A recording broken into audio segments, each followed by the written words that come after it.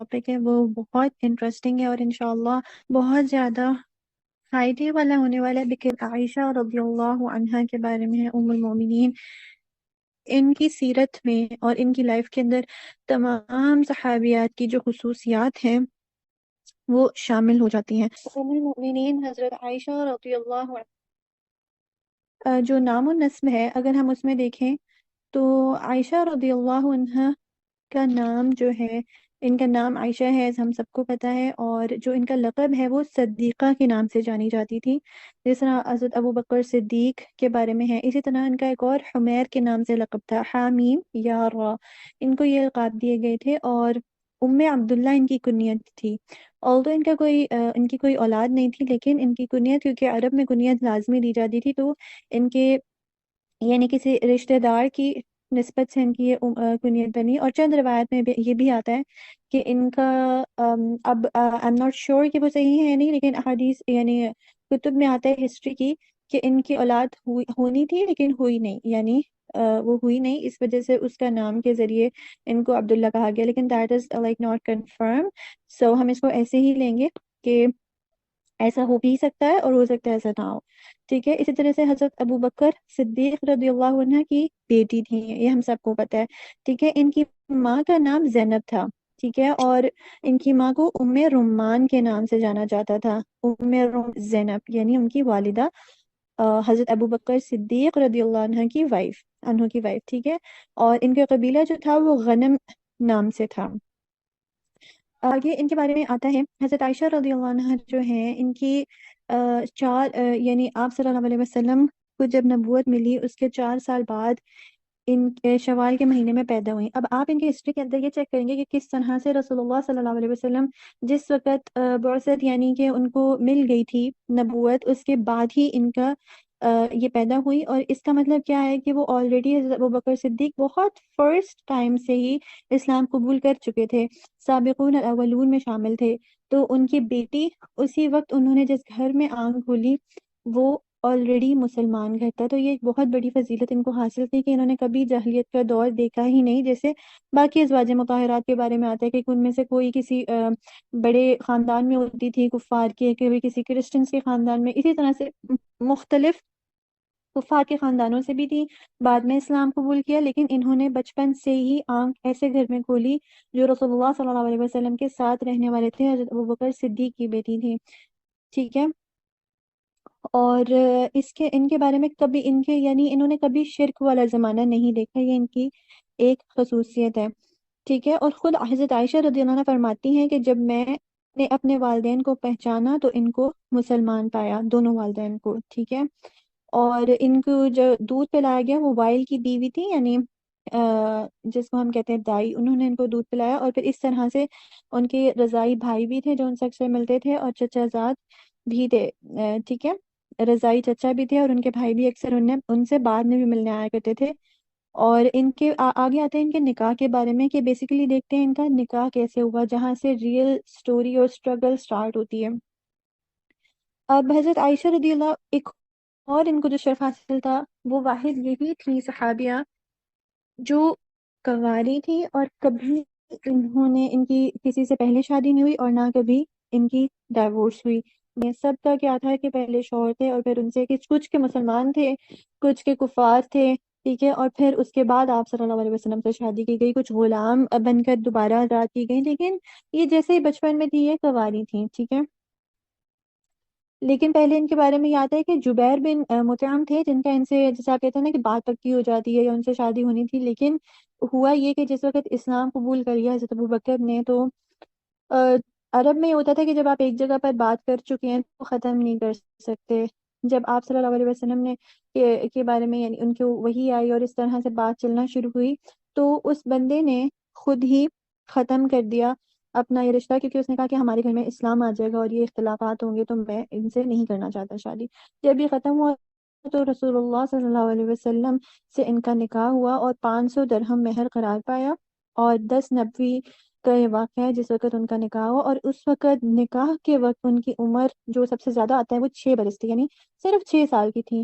اور یہ اتنا زیادہ یعنی ایک سادگی کا واقعہ ہے کہ آپ خود سوچتے ہیں تو حیران ہوتے ہیں کہ کس طرح سے اسلام نے ان کو عزت دی. اور اس وقت وہ عطیہ رضی اللہ عنہ جو ہے، ان کا واقعہ اس طرح سے بیان کرتی ہیں کہ عائشہ رضی اللہ عنہ جو ہے وہ کھیل رہی ہوتی ہے. 6 سال کا بچہ کیا کر رہا ہوگا نا، وہ کھیل رہی ہوتی ہیں اپنی لڑکیوں کے ساتھ، اور ان کی جو جن کو ہم کہتے ہیں کہ پالنے والی ہوتی ہیں وہ آتی ہیں اور ان سے کہتی ہیں کہ آپ اندر آ جائیں. اور پھر حضرت ابو بکر رضی اللہ عنہ ان کے والد ان کا نکاح پڑھاتے ہیں آپ صلی اللہ علیہ وسلم سے. اور خود حضرت عائشہ رضی اللہ عنہ کہتی ہیں کہ جب میرا نکاح ہوا تو مجھے خبر بھی نہیں تھی کہ میرا نکاح ہوا ہے. ٹھیک ہے. اور جب میری والدہ نے باہر نکلنے سے، کھیلنے سے، اس طرح باہر جانے سے روک ٹوک شروع کی، تب مجھے اندازہ ہوا کہ میرا نکاح ہو چکا ہے. یعنی اتنی سادہ تھی ہیں اور ان کو نہیں پتا تھا کہ ان کا نکاح ہو چکا ہے. اور پھر بعد میں انہیں سمجھایا گیا تو انہیں سمجھ آ گئی. ٹھیک ہے. تو اس سے یہ پتہ چلتا ہے کہ اگر آپ کو مناسب رشتہ ہے، ایونچولی اگر سب کچھ اسموتھلی جا رہا ہے تو اٹ کین بی ڈن. لیکن آف کورس اس ٹائم پر یہ چیزیں بہت عام بھی تھیں. ایسا نہیں تھا کہ ایسا ہوتا نہ ہو، یہ بہت عام تھی کہ اس طرح سے نکاح ہو جایا کرتا تھا. اب نکاح کے بعد مکہ میں نبی صلی اللہ علیہ وسلم کا قیام جو ہے صرف 3 سال رہتا ہے. کیونکہ آپ کو پتہ ہے اس وقت بعد میں ہجرت کا وقت آ جاتا ہے، جب کفار اور مشرکین ظلم کرنا شروع ہو جاتے ہیں تو آپ صلی اللہ علیہ وسلم کو ہجرت کرنی پڑتی ہے. جب تمام صحابہ کرام اور ہر بندہ ہجرت کر دیتا ہے، آپ صلی اللہ علیہ وسلم اسٹل ویٹ کر رہے ہوتے ہیں. تو ہوتا یہ ہے کہ 13 نبوی میں آپ صلی اللہ علیہ وسلم ہجرت کرتے ہیں تو حضرت ابو بکر صدیق ساتھ ہوتے ہیں. اب آپ دیکھیں کہ وہ ان کے ساتھ جاتے ہیں اور ان کا جو اہل و عیال ہے وہ تمام لوگ صرف دشمنوں کے پاس ہیں. اب آپ یہ ان کا بچپن اور ہسٹری دیکھیں کہ وہ صرف اب ان کے دشمنوں کے پاس تمام اہل و عیال ہے. ان کو نہیں پتا کیا ہوگا، نہ اس ٹائم کچھ ٹیلی فون، نہ اس ٹائم کچھ ہوتے تھے. تو یہ ہوتی ہے ہجرت جو انہوں نے آپ صلی اللہ علیہ وسلم کے ساتھ کی. اور اپنے پیچھے اپنی کون کون تھا، ان کی وائف تھی، ان کے بیٹے تھے. ٹھیک ہے. حضرت اسماء رضی اللہ عنہ جو ان کی بہن ہے حضرت عائشہ رضی اللہ عنہ کی، وہ تھیں، اور حضرت عائشہ رضی اللہ عنہ خود تھی. اور ہوتا یہ ہے کہ ان کو وہیں پر چھوڑ جاتے ہیں. لیکن جب جیسے ہی مدینہ میں وہ اطمینان پاتے ہیں اور سب چیزیں اسموتھلی جانا شروع ہوتی ہیں تو حضرت ابو بکر رضی اللہ عنہ صحابہ کو بھیجتے ہیں جن کا نام ہے عبداللہ بن عریقت. ان کو بھیجتے ہیں اور ام رومان اسماء رضی اللہ عنہ جو ان کی بہن ہے عائشہ رضی اللہ عنہ کی، اور عائشہ رضی اللہ ان تینوں کو لینے کا کہتے ہیں کہ ان کو لے کر آ جائیں. ٹھیک ہے. اب جب وہ آ جاتی ہیں تو مدینہ میں آتے ہی ان کو بہت زیادہ بخار ہو جاتا ہے عائشہ رضی اللہ عنہ کو، اور اس بخار کی وجہ سے ان کے بال جھڑنے، بال گرنا شروع ہو جاتے ہیں. جیسے ہی ان کی صحت تھوڑی بہتر ہوتی ہے تو ان کی والدہ ان کی رسم ادا کرتی ہیں، یعنی جس کو ہم کہتے ہیں رخصتی. تو اس وقت ان کی عمر 9 سال ہوتی ہے. یعنی نکاح کے وقت 6 سال ہوتی ہے اور بعد میں 9 سال کے وقت ان کی رخصتی ہوتی ہے. یہ بھی بہت سادہ واقعہ ہے. اور کس طرح ہوتا ہے کہ اس وقت بھی وہ کیونکہ 9 سال دیتی ہیں یعنی ان کی والدہ، اور انہیں اس واقعے کی خبر بھی نہیں ہوتی کہ میری رخصتی ہونے والی ہے یا ہو رہی ہے. ٹھیک ہے. جب ماں باپ اپنی امی کے پاس آتی ہیں، اپنا منہ ہاتھ دھوتی ہیں، تیار ہوتی ہیں، بال وغیرہ سنوارتی ہیں، اور پھر انصار کی عورتیں جو مدینہ میں موجود ہوتی ہیں ان صلی اللہ علیہ وسلم خود تشریف لاتے ہیں اور میں ہی نکاح ہوتا ہے. ٹھیک ہے. اور شوال میں ہی ان کی رسم ادا کر دی جاتی ہے. اور اتنا خوبصورت واقعہ آپ دیکھیں، نکاح کا بھی وہ کھیل رہی ہیں، ان کو بلایا اور انہوں نے اتنی سادگی سے نکاح ہو گیا. اسی طرح سے بعد میں بھی ان کی شوال میں ہی اسی طرح رخصتی ہو جاتی ہے مدینہ میں. یعنی نکاح مکہ میں ہوتا ہے ہجرت نبوی سے پہلے، اور ہجرت کے بعد آتے ہی جب وہ تھوڑا بہتر ہوتی ہیں تو ان کی رخصتی کر دی جاتی ہے. اب اس نکاح کے اوپر آج کل بہت سے لوگ اختلاف کرتے ہیں کہ ایسا کیوں کیا گیا. یہ صرف آج کی بات نہیں ہے، عرب میں اس زمانے میں بھی بہت اختلاف ہوتے ہیں. اور اس کی وجہ یہ نہیں ہوتی کہ ایج ڈفرینس تھا یا ان کو بتایا نہیں گیا، یا آپ سمجھ لیں جیسے کچھ لوگ کہتے ہیں فورسفلی کیا گیا یا ان سے اجازت نہیں دی گئی. اگر اس طرح کا کوئی بھی مسئلہ ہوتا ہے تو ہسٹری بھری بھری ہوتی ہے ایسی کتاب ایسے واقعات سے. کیونکہ اس وقت بھی مشرکین کے پاس تو ان کو موقع چاہیے تھا کہ وہ کسی طرح سے آپ صلی اللہ علیہ وسلم پر الزام لگائیں، نعوذ باللہ من ذالک، وہ اس طرح کا کچھ کریں کہ ان کے اوپر الزام لگے اور ان کی ایک امیج خراب ہو. لیکن کہیں بھی یہ نہیں آتا کہ انہوں نے ایک اتنی چھوٹی ایج میں شاید ایسا کچھ کتابوں میں ملتا ہے. وہاں کیا اختلافات تھے ان پہ دیکھتے ہیں.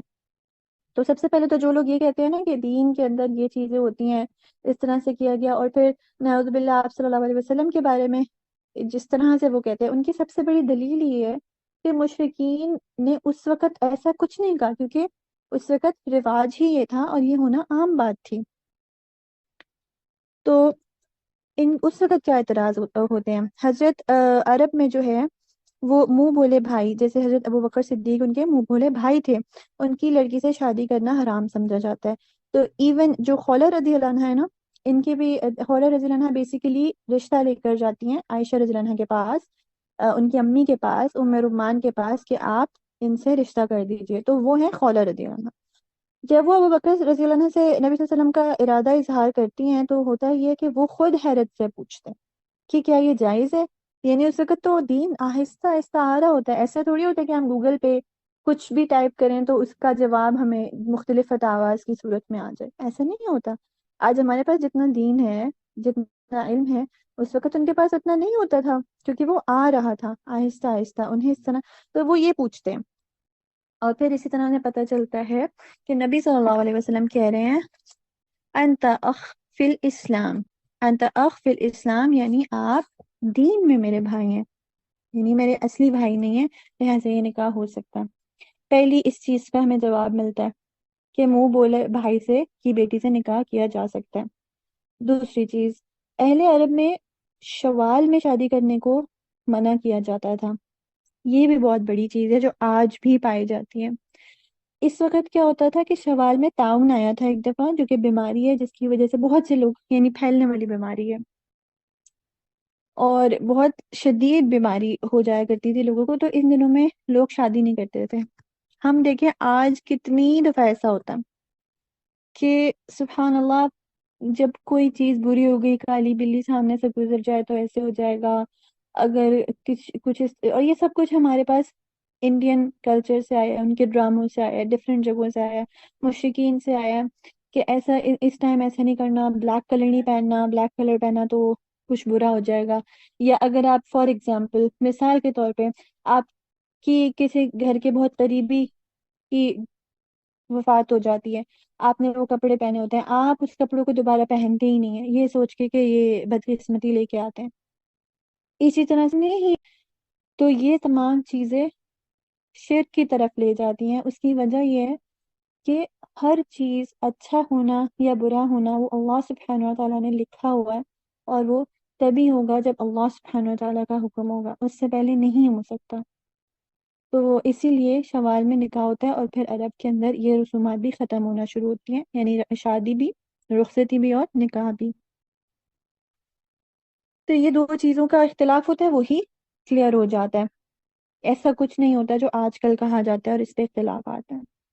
یہ ان کے نکاح کا واقعہ ہو گیا.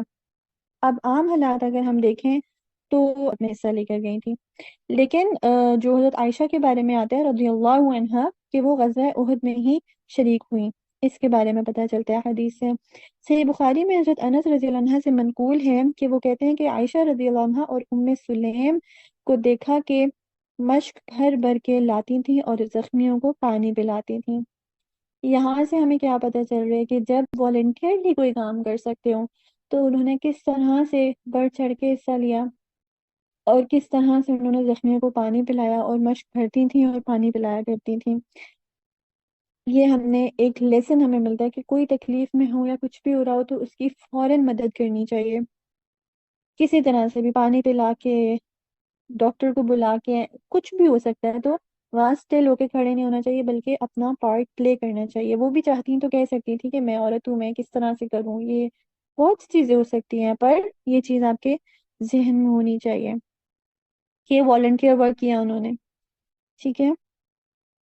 اسی طریقے سے جو غزوہ بنی مستلق ہے جو 5 ہجری کا واقعہ ہے، اس وقت کیا ہوا تھا کہ حضرت عائشہ رضی اللہ عنہا بھی آپ صلی اللہ علیہ وسلم کے ساتھ تھی، اور جو ہار ان کا گم گیا تھا، واقعہ پیش آیا جس میں ان کا ہار گم گیا، اور پورا قافلہ، آپ سوچیں پورا قافلہ جس میں فوجی ہیں، آرمی ہیں، ان کو اترنا پڑا. ٹھیک ہے. اور نماز کا وقت آیا تو پانی نہیں ملا.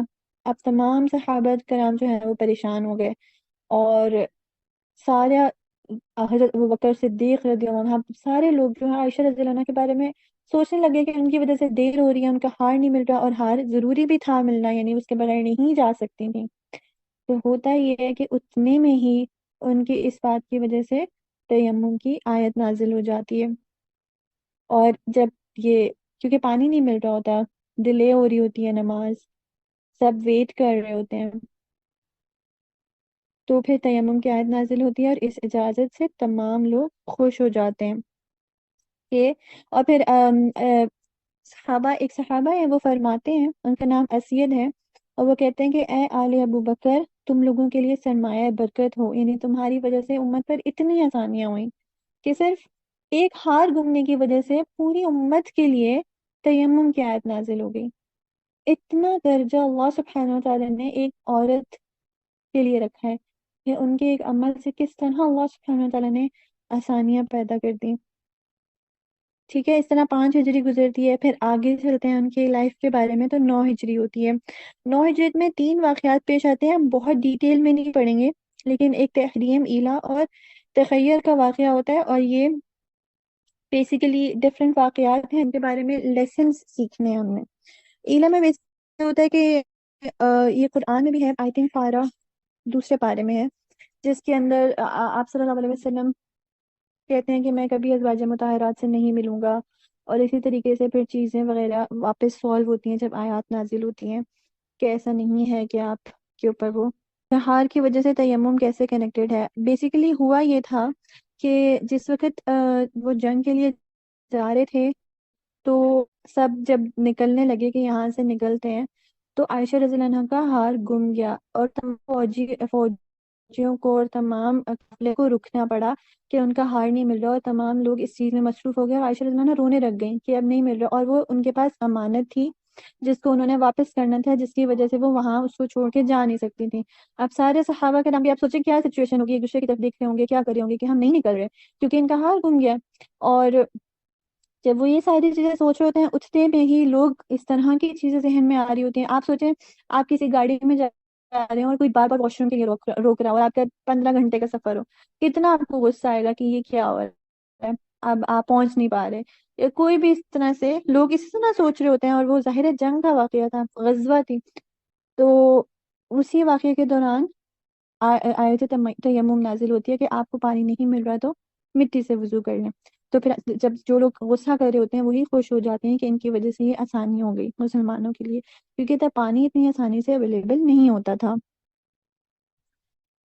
ٹھیک ہے، اب ان تمام واقعات سے تھوڑا آگے آتے ہیں۔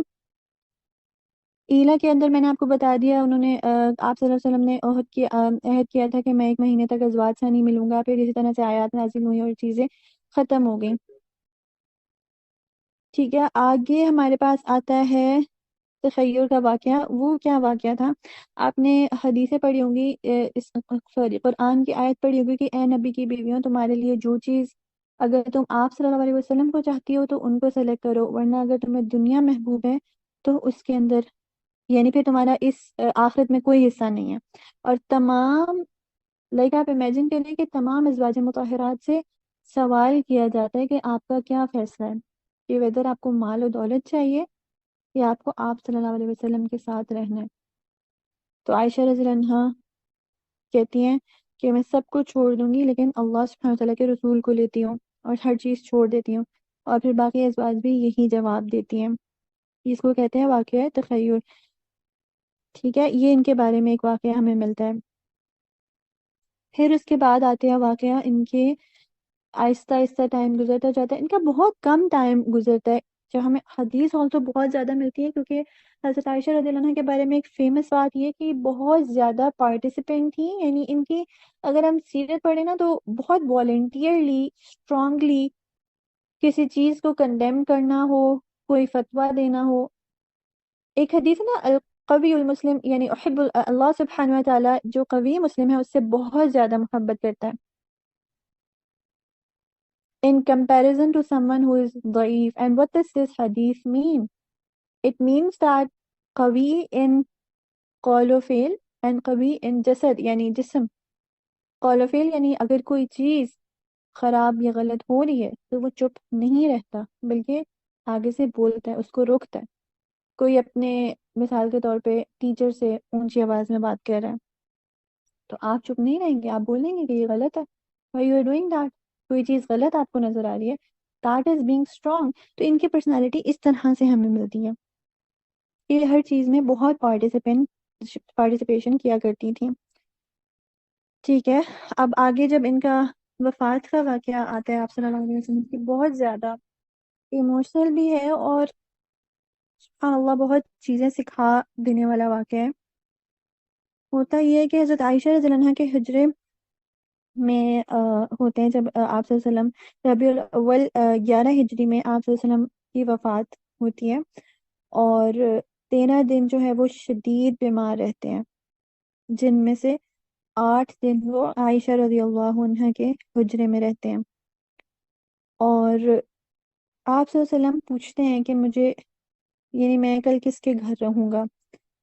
تو تمام لوگ ان کی حالت کو دیکھ کے، یعنی ازواج مطہرات یہ کہتی ہیں کہ جہاں آپ چاہیں. تو اس قدر اس وقت ضعف ہوتا ہے، یعنی طبیعت خراب ہوتی ہے کہ ان سے زیادہ چلا بھی نہیں جا رہا ہوتا، سہارے کے ساتھ چل رہے ہوتے ہیں. حضرت علی رضی اللہ عنہ اور حضرت عباس رضی اللہ عنہ دونوں کے بازو تھام کر بہت مشکل سے عائشہ رضی اللہ عنہ کے گھر میں داخل ہوتے ہیں، ان کے حجرے میں داخل ہوتے ہیں. اور وہاں پر جب وہ آتے ہیں تو ان کی طبیعت بہت زیادہ خراب ہوتی ہے صلی اللہ علیہ وسلم. تو اب آپ ان کے دیکھیں، جب اس وقت وفات کا واقعہ ہے تو 5 دن پہلے ان کو یاد آتا ہے کہ حضرت عائشہ رضی اللہ عنہا سے پوچھتے ہیں کہ میری کچھ اشرفیاں یعنی کچھ پیسے رکھے ہوئے تھے آپ کے پاس. تو عائشہ رضی اللہ عنہا سے پوچھتے ہیں وہ کہاں پر ہیں، اور کہتے ہیں کہ کیا محمد اللہ سے بدگمان ہو کر ملے گا؟ جاؤ ان کو اللہ کی راہ میں خیرات کر دو. یعنی جو مال ہوتا ہے ان کے پاس، ان کو ایک دم یاد آتا ہے کہ میرے کچھ پیسے پڑے. ہمارا کیا ہے، صرف ہمیں اس طرح سے سیرت سے کیا پتہ چل رہا ہے، ہمیں نہیں پتا کس وقت ہماری موت ہو. ٹھیک ہے. تو جیسے ان کو پتہ چلتا ہے، جو کچھ ان کے پاس ہوتا ہے وہ اللہ کی راہ میں خیرات کر دیتے ہیں. اب جس دن آپ صلی اللہ علیہ وسلم کی وفات ہوتی ہے، اس دن ان کی طبیعت میں کچھ سکون ہوتا ہے، لیکن جیسے جیسے دن چڑھتا جاتا ہے ان کی طبیعت بڑی خراب ہو رہی ہوتی ہے اور غشی تاری ہو رہی ہوتی ہے، یعنی بے ہوشی. تو حضرت عائشہ رضی اللہ عنہا فرماتی ہیں کہ آپ جب تندرست تھے تو فرمایا کرتے تھے کہ پیغمبروں کو اختیار دیا جاتا ہے کہ خواہ وہ موت کو قبول کریں یا دنیا کی زندگی کو ترجیح دیں. اور اس بات پر، اس حالت میں اکثر آپ صلی اللہ علیہ وسلم کی زبان سے یہ الفاظ نکلتے تھے مع الذین انعم اللہ علیہم. اس کے علاوہ وہ یہ بھی فرماتے تھے اللہم رفیق الاعلی، یعنی مجھے اعلیٰ رفاقت چاہیے. یعنی اب عائشہ رضی اللہ عنہا سمجھ گئی تھی کہ اب انہیں رفاقت الہی ہی مطلوب ہے، آخرت کی زندگی ہی چاہیے. یعنی مع الذین، مع ساتھ الذین، ان لوگوں کے جو اللہ علیہم، یعنی جو اللہ سبحانہ وتعالیٰ کے ساتھ ہیں، انعام والے لوگ ہیں جن پر انعام کیا گیا، ٹھیک ہے، ان کے ساتھ جانا چاہتے ہیں. تو وفات سے کچھ دیر پہلے حضرت ابو بکر رضی اللہ عنہ کے جو بیٹے ہیں، یعنی عائشہ رضی اللہ عنہا کے بھائی عبد الرحمن رضی اللہ عنہ ان کی خدمت میں آتے ہیں، اور آپ صلی اللہ علیہ وسلم حضرت عائشہ رضی اللہ عنہا کے سینے پر ٹیک لگا کر بیٹھے ہوتے ہیں، یعنی لیٹے ہوتے ہیں، یعنی سہارا لے کر عائشہ رضی اللہ عنہا کے سینے پر ہوتے ہیں. تو اس طرح سے ہوتا ہے کہ عبد الرحمن کے ہاتھ میں مسواک ہوتی ہے، جس کو آپ صلی اللہ علیہ وسلم بہت غور سے، یعنی نظر جما کے دیکھ رہے ہوتے ہیں. عائشہ رضی اللہ عنہا سمجھتی ہیں کہ آپ مسواک کرنا چاہتے ہیں، تو عبد الرحمن سے مسواک کو لیتی ہیں اور دانتوں میں نرم کرتی ہیں اور ان کی خدمت میں پیش کرتی ہیں. اور آپ بالکل تندرستوں کی طرح مسواک کرتے ہیں اس وقت. اور اسی بات پہ آپ صلی اللہ علیہ وسلم، عائشہ رضی اللہ عنہا جو ہے فخر کیا کرتی ہیں کہ ان کی موت سے قبل میرا جوتا آپ نے منہ میں ڈالا. باقی ازواج مطہرات میں فخر کیا کرتی ہیں اس بات پہ. تو یہ یعنی ان کی اتنی زیادہ فضیلت ہے کہ انہی کے سینے کے اوپر آپ صلی اللہ علیہ وسلم کی وفات ہوئی. اور اب وفات کا وقت جب قریب تھا تو عائشہ رضی اللہ عنہا انہیں سنبھالنے بیٹھی ہوئی تھی، اور ان کے باڈی کا ویٹ ان کو فیل ہو رہا تھا، اور وہ دیکھتی ہیں کہ اب جان نکل گئی ہے. اور پھر وہ اب ان کا سبحان اللہ، یعنی وہ ان کو سیدھا کرتی ہیں اور پھر رونے لگ جاتی ہیں. تو آپ صلی اللہ علیہ وسلم کی اس وقت اللہ سبحانہ وتعالی روح قبض کر لیتے ہیں. اللہ سبحانہ تعالیٰ ہم سب کو ان کا رفیق بنائے اور ان سے ملنے والا بنائے اور ان کے رفیقین میں شامل فرمائے انشاءاللہ۔ اللہم صلی وسلم علی نبینا محمد۔ اب اس طرح سے ان کی وفات ہو جاتی ہے، اور حضرت عائشہ رضی اللہ عنہا اس طرح سے یہ ان کو پھر فضیلت حاصل ہوتی ہے کہ جہاں ان کی وفات ہوتی ہے وہیں پر ہی ان کو دفنایا جاتا ہے، یعنی عائشہ رضی اللہ عنہا کے حجرے میں ہی ان کو دفنایا جاتا ہے، جو آج مسجد نبوی یعنی روضہ رسول صلی اللہ علیہ وسلم کا حصہ ہے۔ اب آپ سوچیں جب آپ وہاں جاتے ہیں تو وہ عائشہ رضی اللہ عنہا کا حجرہ ہے اور وہ ان کا گھر ہے، اور وہیں پر آپ صلی اللہ علیہ وسلم کو دفنایا جاتا ہے۔ ٹھیک ہے۔